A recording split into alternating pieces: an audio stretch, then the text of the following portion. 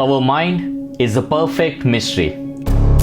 Inside all of us lives too many of us. Our mind is like a giant castle with different chambers occupied by each human emotions. We can broadly categorize those emotions into two groups.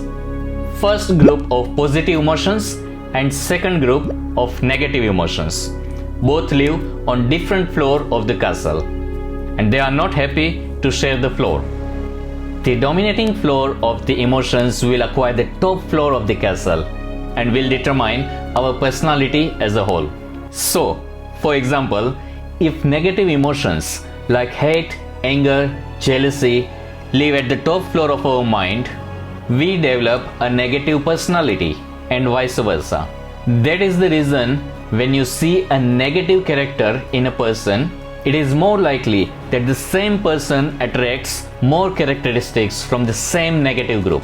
Similarly, positive person attracts more positive emotions. For thousands of years, humans have pondered the meaning of our existence. The meaning of life has been debated since the beginning of time. A full understanding of life cannot be found only by looking at cells and molecules of our body. The answer to life and universe cannot be found by looking through a telescope or examining the flinches of Galapagos. Hi friends, welcome to the channel. My name is Shreyas.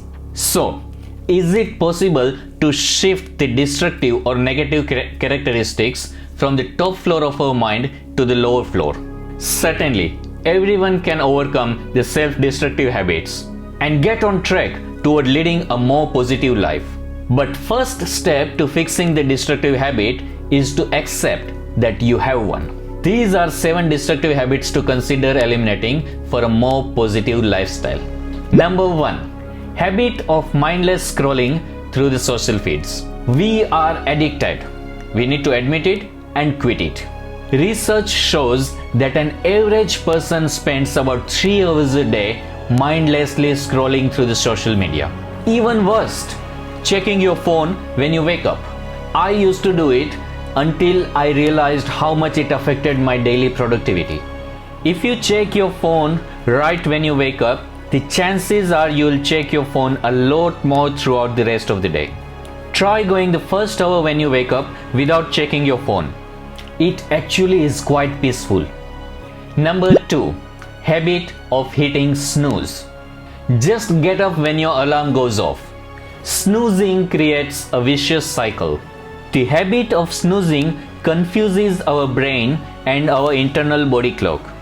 Your brain needs to learn that when the alarm goes off, it's time for your brain to wake up. Follow a sleep schedule and get 7 to 8 hours of sleep every night. When you are sleep deprived, the snooze button is even more tempting. If you're getting quality sleep on a regular basis, you'll naturally feel less drowsy upon waking.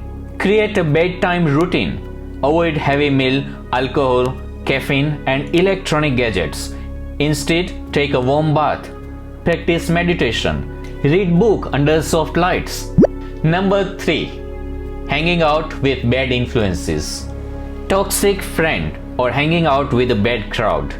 The truth is that people are influenced by the people around them. We all heard that the birds of the feather flock together and you are only as good as the company you keep. Most of us have trouble distancing ourselves from people who hold us back. Indeed, one of the main needs of a human being is to belong to a group and be accepted. But realize something, that most of your friendships are purely circumstantial. Just because you have something in common with someone doesn't mean that you should be automatically be friend with that person. So surround yourself with top-notch people. It makes a huge difference. Number 4. Lying to yourself.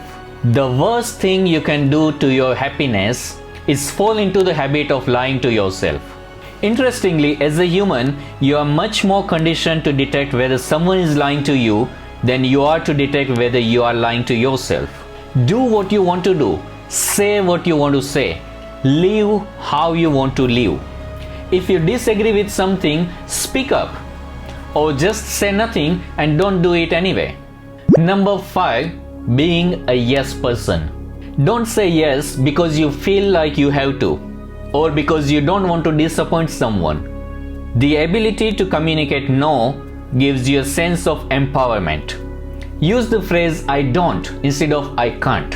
If you use I can't, that gives the other person so many options in response to why you can't. But if you use I don't, that could be the end of the conversation, and you still remain on the driver's seat of your own life. If you know your boundaries and set them clearly to others, you'll get more comfortable being assertive, and in turn, others will learn to respect your no.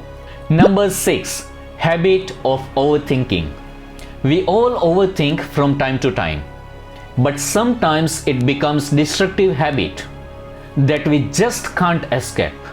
Too often constructing problems where there are none.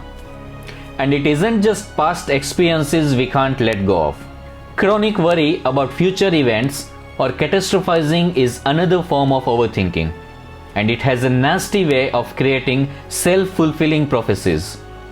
Life breaks down into two categories: things you can control and things you can't.